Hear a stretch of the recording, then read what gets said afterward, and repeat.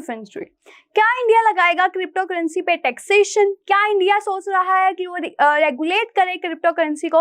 And क्या थी statement finance minister Nirmala Sitharaman की on adoption of crypto currency? आज की न्यूज सेगमेंट में हम बात करेंगे इसकी पूरी डिटेल्स की, एंड जिसका आप सबके लिए जानना बहुत ही ज्यादा जरूरी है। तो बने रहिए मेरे साथ वीडियो के एंड तक ताकि आप इसकी हर इंफॉर्मेशन को जान सकें। तो चलिए स्टार्ट करते हैं हम हमारी फर्स्ट न्यूज में। हम देख रहे हैं कि जो क्रिप्टो करेंसी है वो बहुत ही ज्यादा पॉपुलर हो रही है। लोगों का जो इंटरेस्ट है टुवर्ड्स क्रिप्टो करेंसी वो कैसे बना हुआ है, जनरेशन जेड हो या यंग माइंड्स हो, वो उनमें किस तरह जो क्रिप्टो करेंसी का जो क्रेज है वो दिखता हुआ नजर आ रहा है। सो अब क्वेश्चन ये है कि हाउ टू पे टैक्सेस ऑन दीज ट्रांजेक्शन। जो आप क्रिप्टो ट्रेडिंग कर रहे हैं उसकी जो ट्रांजेक्शन है उससे जो आपको गेन हो रहा है उस पे टैक्सेस का क्या?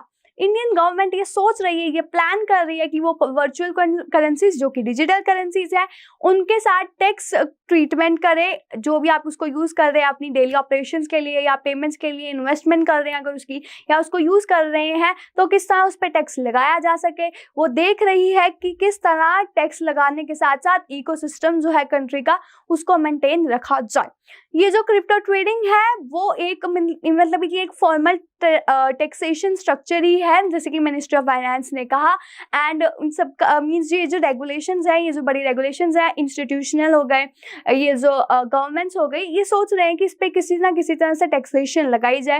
एंड जैसे कि हम सिक्योरिटीज एंड एक्सचेंज में देखते हैं कि मीन्स हमारे जो शॉर्ट टर्म गेन्स होते हैं या कैपिटल गेन्स होते हैं उन पे हमें वो देनी पड़ती है, टैक्सेशन देनी पड़ती है। क्रिप्टो करेंसी में ऐसा भी कुछ नहीं है, लेकिन कहा जा रहा है कि उन पे 4% ऑफ सेस भी लग सकती है। एंड इसलिए ये भी है कि आप जो भी ट्रांजैक्शन करें तो उन पे टैक्सेस पहले से ही दे दीजिए, क्योंकि अगर बाद में रेगुलेशंस आएंगी, मतलब कि अगर क्रिप्टो करेंसीज को रेगुलेट किया जाएगा, उन पे टैक्सेशन की बात होगी तो बाद में आपके लिए प्रॉब्लम हो सकती है।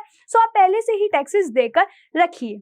सो चलते हैं हम हमारी नेक्स्ट न्यूज की तरफ, जिसमें कहा जा रहा है कि जो मींस एक्साइटमेंट है यंग माइंड्स ऑफ इंडिया के जो यंग लोग हैं उनमें, डिस्पाइट गवर्नमेंट की इतनी क्रिप्टो की हेजिटेशन, गवर्नमेंट नहीं देखा जा रहा है कि गवर्नमेंट उसको मींस एक्सेप्ट करने में मींस सहमत है उसको एक्सेप्ट करने में, लेकिन फिर भी ट्रांजैक्शंस हो रही हैं। 6.6 बिलियन डॉलर की जो ट्रांजैक्शन है वो हो चुकी है by retail investors in India itself. And ये एक्सपेक्ट भी किया जा रहा है कि वो 2 गुना ज्यादा फास्ट जा सकती है। 550,000 जॉब्स अभी प्रोवाइड कर रही हैं एंड 8 लाख जॉब्स हो सकती हैं 2030 तक। एक रिसेंट नेस्कॉम की तरफ से एक रिपोर्ट आई थी जिसमें उन्होंने टाइटल दिया था क्रिप्टो इंडस्ट्री इन इंडिया, जो कि वजीरेक्स के साथ एसोसिएशन में था। एंड उन्होंने देखा कि किस तरह से राइज हो रही है, पॉपुलैरिटी बन रही है क्रिप्टो करेंसी की, वो भी इंडिया में। एंड उस रिपोर्ट के अनुसार 60% ऑफ जो स्टेट्स थी इंडिया में वो अपने आप को इमर्ज अडॉप्ट कर रही हैं as a crypto tech adopters, अपने आप को इमर्ज कर रही हैं एंड इंडस्ट्री में क्षमता है।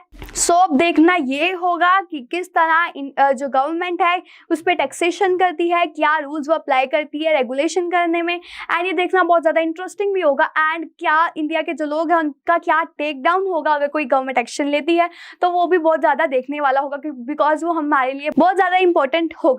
सो हम देखेंगे जब न्यू अपडेट्स आएंगी, हम आपको बताते रहेंगे कि किस तरह क्या स्टेटमेंट आ रही है।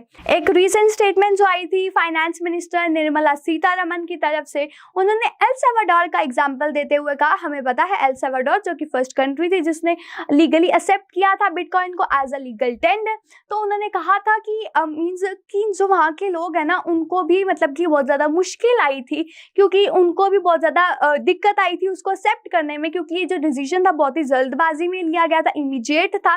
लेकिन इंडिया जो कि एक पॉपुलर कंट्री है, सेकंड पॉपुलेटेड कंट्री है वर्ल्ड की, उसमें इसको ऐसे इमीडिएटली लॉन्च करना जहां पर अभी लोगों को अच्छी तरह से पता भी नहीं है कि क्रिप्टो करेंसी होती क्या है, एंड बहुत सारे लोग जो पॉवर्टी में रह रहे हैं उनके लिए एकदम से क्रिप्टो करेंसी का वो कर देना, इट्स मीन्स वो कहीं ना कहीं वो डिस्टर्बिंग भी हो सकता है, कंट्री को भी इफेक्ट कर सकता है।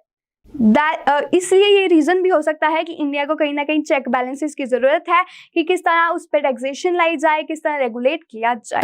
तो अब बात कर लेते हैं हम बाइनेंस से रिलेटेड। जो बाइनेंस है उन्होंने ऐड किया है IOST को, जो कि एक टोकन है, एंड किसमें किया है, token what and OTC portal में। एंड साथ ही साथ और भी उन्होंने 594 न्यू पेयर्स भी लॉन्च किए हैं जो कि अवेलेबल है बाइनेंस पे। जो यूजर्स है अब ट्रेड कर सकते हैं इन टोकन्स को against BTC, BUSD, USDC and USDT and बाकी टोकन्स के रिलेटेड। सो आप यहाँ पर अपने प्राइसेस चेक कर सकते हैं एंड अपने जो एसेट्स है उनको यूज कर सकते हैं through convert and OTC portal के थ्रू।